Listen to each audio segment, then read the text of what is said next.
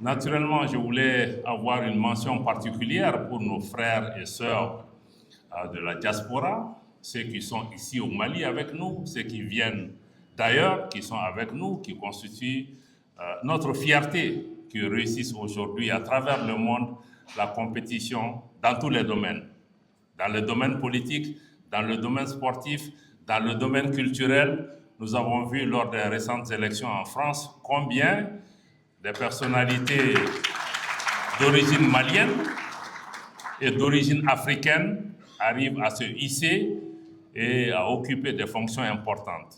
Quand nous célébrions récemment le forum d'investissement de la diaspora, je lançais justement cet appel pour dire à nos compatriotes de ne pas se borner à rester dans les foyers, les pays dans lesquels vous êtes aussi. Il faut vous engager politiquement pour faire porter votre voix, vos préoccupations, parce que ce ne sont pas les autres qui vont continuer à vous défendre. Donc je suis fier de voir dans cette salle ici beaucoup de représentants de cette diaspora.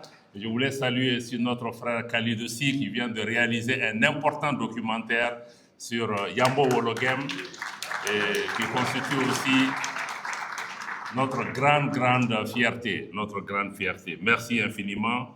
Je voudrais vraiment saluer tout le monde sans en oublier pour la présence ici. J'espère pouvoir en tout cas m'exprimer en cette qualité d'abord pour exprimer au nom de son Excellence le général d'armée Assimi Goïta, président de la transition, chef de l'État, mais aussi du Premier ministre, le général de division Abdoulaye Maïga, chef de gouvernement, mais aussi de l'ensemble des membres du gouvernement, combien et quelle importance notre pays accorde à ses citoyens d'abord, mais en particulier à sa diaspora et à la contribution de cette diaspora, pas seulement contribution financière, mais contribution de tous ordres à l'essor de notre pays. Et pour cette période de transition en particulier, nous devons beaucoup à nos compatriotes qui vivent à l'extérieur du Mali.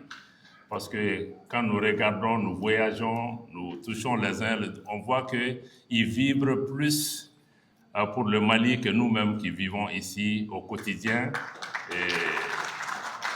Et cette transition n'aurait pas été ce qu'elle est sans la place déterminante qui a été occupée par les Maliennes et les Maliens vivant à l'extérieur de notre pays, leur mobilisation pour défendre la dignité du Mali, la souveraineté de notre pays, la dignité de chaque citoyen.